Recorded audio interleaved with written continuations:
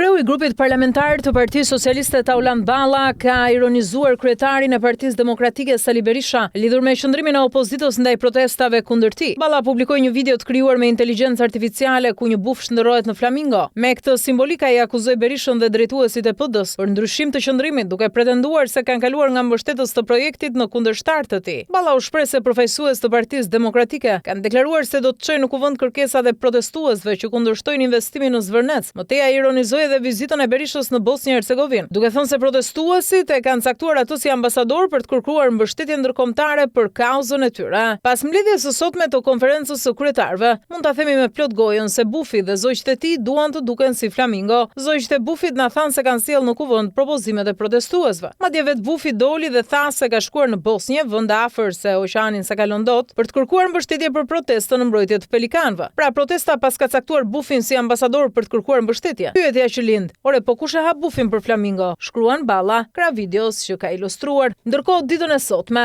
kreu i Partisë Demokratike Sali Berisha deklaroi se ka kërkuar në Partinë Popullore Europiane mbështetje ndërkombëtare për protestat. Unë paraqita situatën reale në Shqipëri, ku dhjetra mijëra dhe qindra mijëra qytetarë janë ngritur kundër regjimit. Janë ngritur me kërkesa të drejta, dorëheqjen e Edi Ramës dhe anullimin e atyre ligjeve që janë një shkelje flagrante e ligjeve kushtetuese të vendit dhe direktivave kryesore të Komisionit Evropian për mjedisin, për trashëgiminë kulturore, për mbrojtjen e natyrës. Denoncova me forcën më të madhe qëndrimin e papërgjegjshëm të Edi Ramës ndaj protestuesve dhe kërcënimet, talljet, fyerjet, etiketimet që ai u bën protestës rinore qytetare më të fuqishme që ka njohur vendi. Kërkova nga drejtuesit e Partisë Popullore dhe të pranishmit të ushtrojnë të gjitha autoritetin e tyre në mënyrë që kriza e thellë që ka mbërthyer vendin, që tashmë ndodhet në sallën e urgjencës, të zgjidhet në mënyrë paqësore. Largimin e Edi Ramës, krijimin e një qeverie teknike për të përgatitur zgjedhjet e reja. Ky ishte rekomandimi im dhe pati shumë interes edhe gjatë fjalës dhe pas fjalës për situatën në Shqipëri, bëri me dije Berisha.